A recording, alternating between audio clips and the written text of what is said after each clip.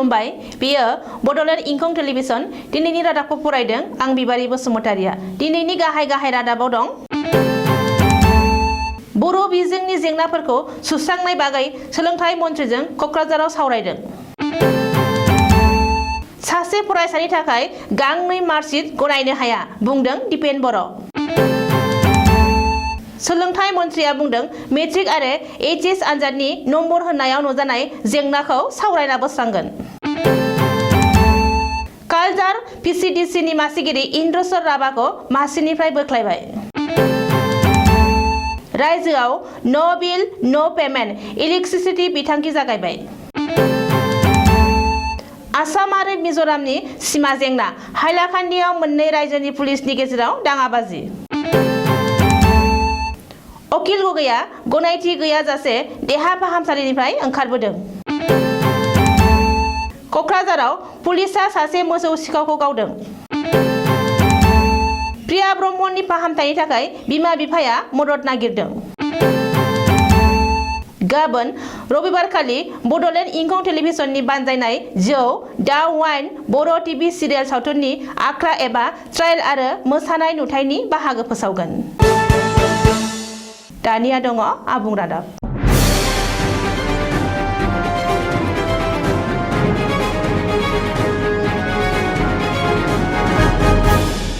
बर' बिजोंनि जेंनाफोरखौ सुस्रांनाय थांखिजों दिनै बिटिआरनि गाहाय प्रमद बर'नि मासि लानानै दैदेननायाव आबसु बर' थुनलाइ आफाद दुलाराय बर' गुदि फोरोंगिरि गौथुम आरो अफिसारफोरखौ लानानै बिटिआर सेक्रेटारियेटनि ब्लक ए आव मोनसे गोजौ थाखोनि सावरायमेल जानानै थाङो बे सावरायमेलाव आसामनि सोलोंथाइ मन्थ्रि डक्टर रुनुज पेगु आरो मन्थ्रि उर्खाव गोरा ब्रह्मआ बाहागो लायो बे सावरायमेलाव बर' बिजोंनि जेंनाफोरखौ आबुङै सुस्रांनांगौनि थांखिजों मिरु आबसुनिफ्राय गासै मोन 22 दफाखौ लानानै सोलोंथाइ मन्थ्रि डक्टर रुनुज पेगु आरो बिटिआरनि गाहाय प्रमद बर'नो गोसोखां बिलाइ गथायो होननानै आबसुनि फेसबुक पेजआव फोसावदों बबेखानि सावरायमेलाव गाहाय आलासि महरै बाहागो लानानै आसामनि सोलोंथाइ मन्थ्रिया गावनि बिबुंथियाव बिमा रावनि सोलोंथाइनि सायावनो बांसिन गोसो होसारनानै बाथ्राखौ बुङो आरो फैगौ गुसुं समनि गेजेरावनो बर' बिजोंनि थाखाय आलादायै टेट आनजाद खुंगोन होननानै खोथा होयो लोगोसे गुसुं समनि गेजेरावनो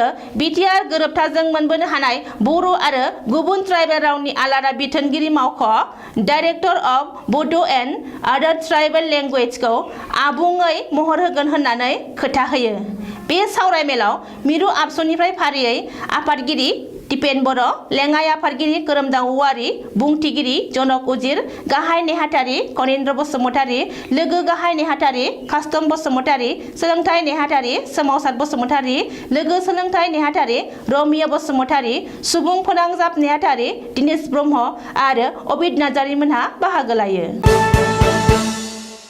देग्लायनि मेट्रिक आरो एचएस जोबथा आनजादाव नम्बर होनाय खान्थिनि 5 नं दफाखौ नायबिजिरफिननो दाबि खालामदों आबसुआ क'क्राझार बागानसालियाव थानाय मिरु आबसुनि गाहाय मावख'आव सुक्रुबारखालि मोनसे खौरांगिरि मेल खुंनानै बे दाबिखौ खालामदों खौरांगिरि मेलाव आबसुनि आफादगिरि दिपन बर'आ बुंदों दि गोजौ सोलोंथाइनि थाखाय गांसे मार्कशीट आरो सोरखारि साख्रिनि थाखाय आलादा गांसे मार्कशीटखौ माब्लाबाबो गनायना लानो हानाय नङा नम्बर होनाय खान्थिनि 5 नं दफाया फरायसाफोरनि जिउआव खोमसि इयुनखौसो लाबोगोन आरो सोरखारनि बे मोनसे बिथांखियानो फरायसाफोरजों लोगोसे मोजां हास्थायग्राफोरखौ साननो गोनां खालामदों होननानैबो आबसुनि आफादगिरि दिपन बर'आ बुंदों बबेखानि मोननै गोजौ थाखोनि कमिटिनि सुबुरुन बायदियै सोरखारा आनजादनि रिजाल्ट फोसावनो लानाय हाबाफारिया मोजाङानो नाथाय सासे फरायसानि थाखाय गांनै मार्कशीट बेसो गनायथाव जायाखै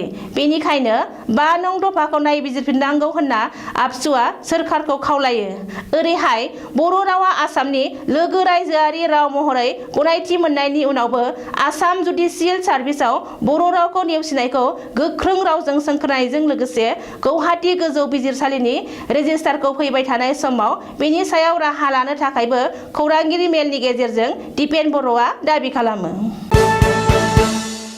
मेट्रिक आरो एचएस जोबथा आनजादाव इभालुएसन खालामना नम्बर होनायाव नुजानाय जेंना जेंगोनाफोरखौ माहारियारि आफादफोर आरो फरायसा आफादफोरजों सावरायनानै सुस्रांनाय जागोन। दिनै सानसेनि हाबाफारि लाना कक्राझाराव दावबायफैनाय सोलोंथाइ मन्त्रि डक्टर रनज पेगुआ बे बाथ्राखौ बुंदों। सोलोंथाइ मन्त्रिया दिनै कक्राझाराव दावबायफैना बिटिसिनि गाहाय प्रमद बर', बिटिसि खुंथाइ दुलाराय फोरोंगिरि गौथुम आबसुजों बिटिआर ओनसोलाव सोलिगासिनो थानाय आथिखालनि सोलोंथायारि जेंना जेंगोनाफोरनि सायाव बिटिसि सेक्रेटारियेट मावख'नि सावराय नब्लाङाव सावरायो। खौरांगिरिनि सोंथियाव रनज पेगुआ बुंनाय बादिब्ला देग्लायसो मेट्रिक आरो एचएस जोबथा आनजाद उथ्रिनाय फरायसाफोरा जाहाथे इयुनाव फोरोंगिरि थिसननायाव जेबो रोखोमनि बेले बेजे जाया आरो अजद होनो हाया बेनि थाखायसो 5 नं दफायाव आनजाद लिरफिननाय बिथांखिखौ लानाय जादों आरो गावबा गावनि नम्बरखौ लाना गोजोननाय गैयै फरायसाफोरा फैगौ सेप्तेम्बर दानाव आनजाद लिरफिननो हागोन। मख'नो गोनांदि महामारी कर'ना भाइरासनि थाखाय देग्लायनि मेट्रिक आरो एचएस जोबथा आनजादखौ खुंनो हायाखैब्लाबो इभालुएसन खालामना आनजादनि रिजाल्ट फोसावगोन सोलोंथाइ बिफाना। नाथाय फरायसाफोरनो इभालुएसन खालामना नम्बर होनायनि सायाव बयबो गोजोननाय मोनाखै आरो माखासे जेंनाफोर नुजाथिदों। बाक्सा जिल्लानि बेन्दोङाव थानाय कालजार पिसिडिसिनि मासिगिरि इन्द्रसर राभाखौ मासिनिफ्राय बोख्लायबाय। मुसलपुर बियाबनि एमसिएलए आरो बिटिसिनि ना फिसिग्रा आरो मि जुनार अनसाय बिफाननि मावफुं सोद्रोमा राकेश ब्रह्मआ दिनै कालजार पिसिडिसिनि मासिगिरि इन्द्रसर राभाखौ मासिनिफ्राय बोख्लायनो बिथोन होयो। मिथिनो हानाय बादिब्ला इन्द्रसर राभाया पिएमएवाइ न' होनायनि मुङाव रायजोफोरनिफ्राय रां लानायनि अजद मोननाय उनावनो राकेश ब्रह्मआ मासिगिरि मासिनिफ्राय बोख्लायनो थाखाय बरमा ब्लकनि बिडिअनो गांसे लाइजाम लिरहरना बिथोन होयो।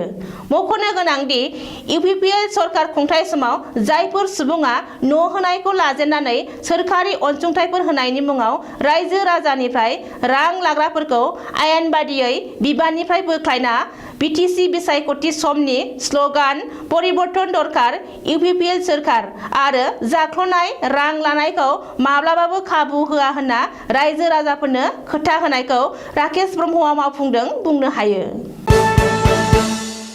आसामाव दानिफ्राय मोब्लिब मासुल हो आरो मोब्लिब सिबिथाय ला। मोब्लिब मासुल होनो हायाब्ला मोब्लिब कानेक्सन दानजागोन। मोब्लिब मासुल बोखांनायखौ लानानै गोख्रों जादों डक्टर हिमन्त बिश्व शर्मा दैदेननाय सोरखारा।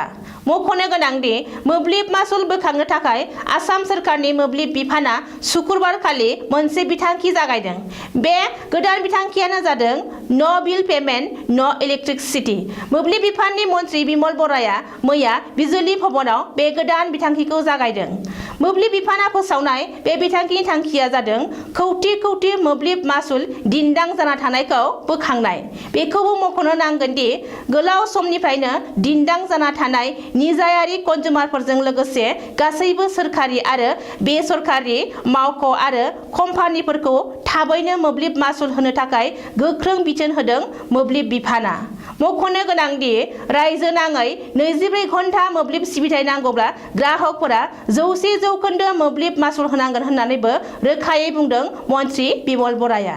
ओरैहाय दानिफ्राय रायजोनि गंफ्रोमबो पुलिस थानायावनो मोब्लिब खावनायनि हेंथायै केस रेजिस्टार खालामनाय जासिगोन होननानै खौरांगिरि मेल खुंनानै फोसावदों आसामनि डिजिपि भास्कर ज्योति महन्तआ। भारत आरो चीन हादरनि रौनियाफोरनि गेजेराव सीमा जेंनाखौ लानानै दाङाबाजि एबा दावहा होनाय जाथाया जागासिनो दङ। चीननि अनगायैबो साखाथि हादर पाकिस्ताननि रौनियाफोरजों दावहा नांबोबाय थानाय जाबोदों। बुंनो थाङोब्ला भारतनि रौनियाफोरा हादरनि सीमा बेंनो थांनानै साखाथि हादरनि रौनियाफोरजों मोगा मोगि जाफ्लाबाय थानांगौ जादों। नाथाय भारतनि इसिङाव मोननै रायजोनि गेजेराव सीमा जेंना लानानै दाङाबाजि जानाय बिथिङाव भारत हादरनि थाखाय सामलायनाय बिथिङाव सौग्रावनाय थासारि जादोंसै। सा सानजा भारतनि गुबुन गुबुन बिथिङाव मुंख'जानाय रायजो हिसाबै गनायथि जानाय थानाय आसाम आरो मिजोरामनि गेजेराव सिमा जेंना लानानै रायजो नखर बिफान बेंनायनि बिबान गोनां पुलिसफोरनि गेजेराव दाङाबाजि जानायनि सुलुं मोननाय जादों। सुलुङाव बुंनाय बादिब्ला गिबि खेबनि थाखाय मैया सुक्रुबारखालि हाइलाकान्दि जिल्लानि बेन्दोङाव थानाय आसाम आरो मिजोरामनि सिमा धलसेरायाव मोननै रायजोनि सिमा आयदा लानानै आसाम आरो मिजोराम पुलिसनि गेजेराव एना-एनि जादों। आसाम आरो मिजोरामजों नांजाबनाय हाइलाकान्दिनि धलसेराखौ मिजोरामनि बाहागो होननानै दाबि खालामो आरो गुबुन फारसेथिं आसामाबो आसामनि बाहागो हिसाबै गावनि आवथायाव लाबोबाय थादों। बे जाहोनाव सुक्रुबारखालि मोननै रायजोनि पुलिसा गावजों गाव नारा-नाथा नाख्रांलायनाय आरो होखारहरलायनाय जायो। उन समाव मोननै रायजोनि गोजौ थाखोनि बिफानारिफोरनि गेजेराव सावरायलायनाय जायो आरो दा समाव सिमायाव थानाय दरनै रायजोनि पुलिसफोरा गोसो हमथानानै गावबा गावनि बादायाव थांफिनलायनाय जायो। अब्लाबो आसाम आरो मिजोरामनि सिमा हालामाव जिउ खांनाय रायजोफोरनि गेजेराव गिख्रंनाय थासारिया जागासिनो दङ। शिबसागरनि एमएलए अखिल गगৈनि देहाया दासिमबो मोजां नङा। अखिल गगৈया देहा फाहामसालि अथ'रिटि गनायथि गैयाजासे देहा फाहामसालिनिफ्राय ओंखारलांदों।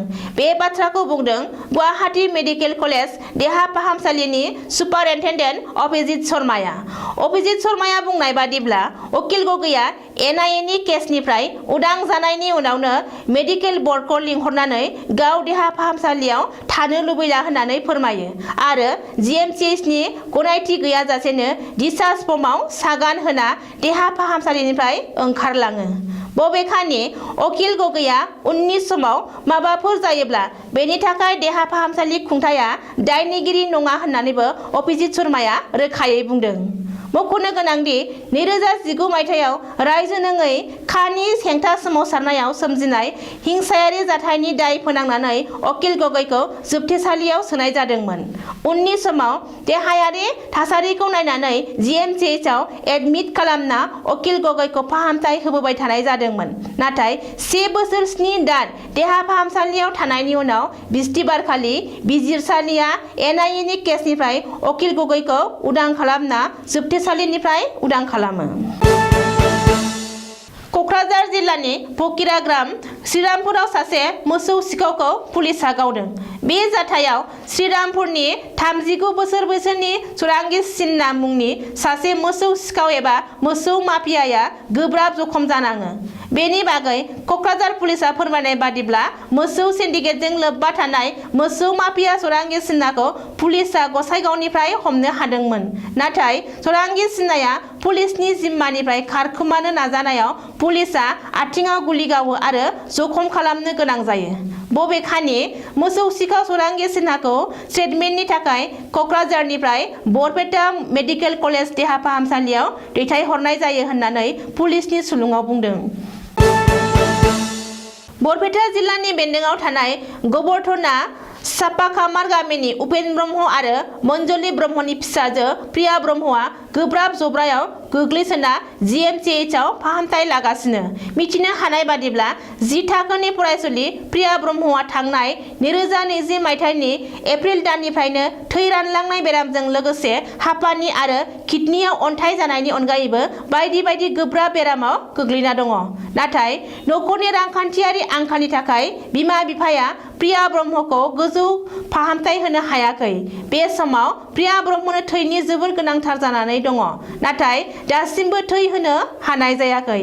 जाउनाव बिमा-बिफाया खाफाल हमनो गोनां जादों आरो प्रिया ब्रह्मनि गोजौ फाहामथायनि थाखाय बड'लेण्ड इंखं टेलिभिजननि गेजेरजों मददनि थाखाय रायजो राजानि सेराव आखाइ फोलावहरदों। प्रिया ब्रह्मखौ मदद खालामनो गोसो जानायफोरा account number 9118470338 IFC code CBIN 0283219 बुंफिनदों account number 9118470338 IFC code CBIN 0283219 आव थोंजों मदद खालामनो हागोन आरो जानबुं नाम्बार 7086260620 आव कन्टेक्ट खालामना खौरां लाहरनो हागोन। बर' रावाव गिबिसिनै बानजायनाय टिभि सिरियाल सावथुन जौ दाउ वाइन नि शुटिंनि खामानिया आथिखालाव लामैनो सोलिगासिनो दङ। गुबुन गुबुन जायगायाव बर' हारियारि सानस्रि बिथा लानानै बड'लेण्ड इंखं टेलिभिजननि बानजायनाय जौ दाउ वाइन नि शुटिंनि खामानिजों लोगोसेनो एडिटिंनि खामानियाबो सोलिगासिनो दं होननानै बानजायगिरि बिथिंनिफ्राय मिथिनो हादों। गाबोन रबिबारखालि जौ टिभि सिरियाल सावथुननि आखरा एबा ट्रायल फोसावनाय जागोन। मख'नो गोनांदि जौ टिभि सिरियाल सावथुननि सल'खौ लिरदों देंखो ब्रह्मआ। सावथुननि दिथा होनाय लोगोसे सावथुन महर होनायनि बिबान रुजुनदों राजेन बसुमतारिया। फावथिनायाव गुबैयै बाहागो लानाय फावथिनागिरिफोरनि मादाव मख'जाथावफोरा जाबाय टिपु नार्जारि, रिंकुमनि नार्जारि, नार्जि गोरान, जोंसार नार्जारि। दिनैनि रादाबा एसेनोसै। गोजोन्थों।